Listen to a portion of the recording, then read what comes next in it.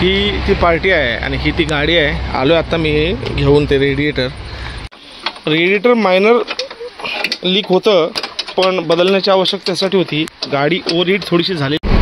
माझे सोलापूरचे एक फॉलोअर आहेत, त्यांची अर्टिगा गाडी आहे. हे त्यांचे गाडी घेऊन आलेत. वडील ना तुम्ही त्यांचे? वडील. आणि आपल्या त्यांचं नाव काय मुलग्यांचं? प्रतीक काय? प्रतीक माने यांचे वडील आहेत. ते अर्टिगा घेऊन गणपतीपुळे करून आला तुम्ही? गोवा गणपतीपुळे आले. रेडिएटर थोडा लिकेज झाला. अर्टिगा आहे 2016-17ची. मग मी चिपळूणला फोन केला. कंपनीमध्ये गोविंद पॉय म्हणून ऑथराइज डीलर आहेत स्पेअर पार्टचे, त्यांना फोन केला. तर ते म्हटले मी बस बघतो आहे का, कारण आपण नेहमी रत्नागिरी चिपळूण बसवरती टाकतो. ते आत्ता पोचलो मी सावर्ड्यामध्ये. आणि खरोखर ज्याला कामाची आवड आहे ना आणि इच्छा आहे त्याच्यासाठी सगळे मार्ग उघडतात. बस मिळाली नाही, पार्टी जरा गडबड करायला लागली अर्टिगामधली. मीही ते पाहिलं. मी म्हटलं चला मी जातो आणि गाडीतनं घेऊन येतो. आता माझ्या एक फॉलोअरच्या अनेक ही इनोवा आल्या रत्नागिरीतून कामाला. ते असतात बाहेरदेशी. मग त्या गाडीची ट्रायली होईल म्हटलं मी, मला कळेल काय काय गाडीमध्ये काम आहे. जनरल कामासाठी आलेली आहे. मग तीच गाडी घेतली.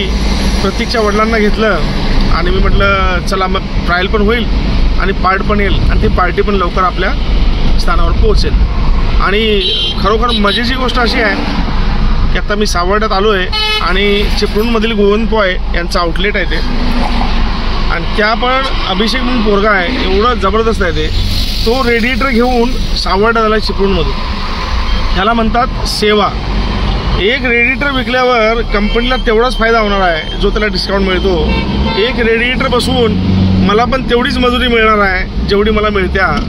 पण जेव्हा तुम्ही लोकांना सेवा द्यायची आहे ना, मग कधी कधी पैसे नाही मिळाले तरी चालतात, पण काम झालं पाहिजे. हे पहा, मी सावर्ड्याच्या ब्रिजवर आलो आहे आणि अभिषेक पण रेडिएटर घेऊन इथं आला आहे. आता त्याच्याकडनं रेडिएटर घेतो. बरोबर अर्ध्या तासात पोचतो मी गॅरेजला. 10-15 मिनटं लागतील बसवायला. रेडिएटर बसवून लगेच जातो आणि त्यांना गाडी जाऊ दे त्यांची. हे फार महत्त्वाचं असते बाबांनो. जर आपण बिझनेस काढला आहे तर हे आपण केलंच पाहिजे. हे बघा, हे आला मारुतीचा जेन्युइन पण. मागच्या जरा ठेव ना.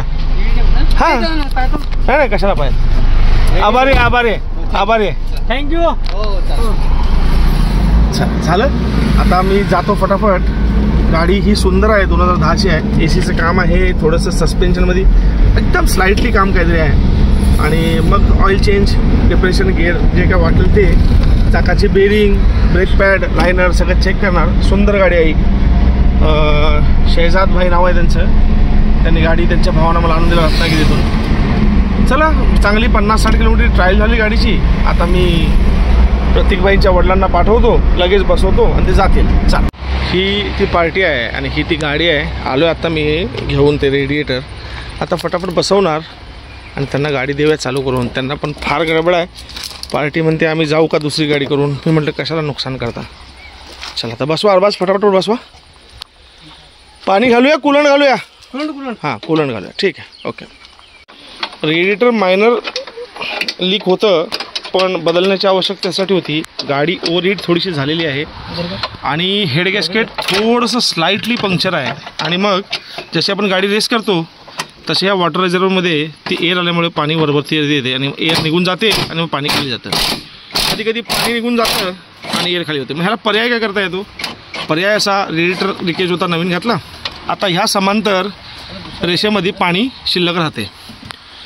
हे झाकण आपण बसवायचं नाही गाडी चालवताना. जर तुम्हाला काम करायला वेळ नसेल किंवा आपल्या गावात नसेल तुम्ही, तर हेड गॅस्केट स्लाइटली लिकेज असेल, जर तुम्हाला घरापर्यंत पोहोचायचं असेल, लक्ष देऊ नका, हे टोपण बसवायचं नाही.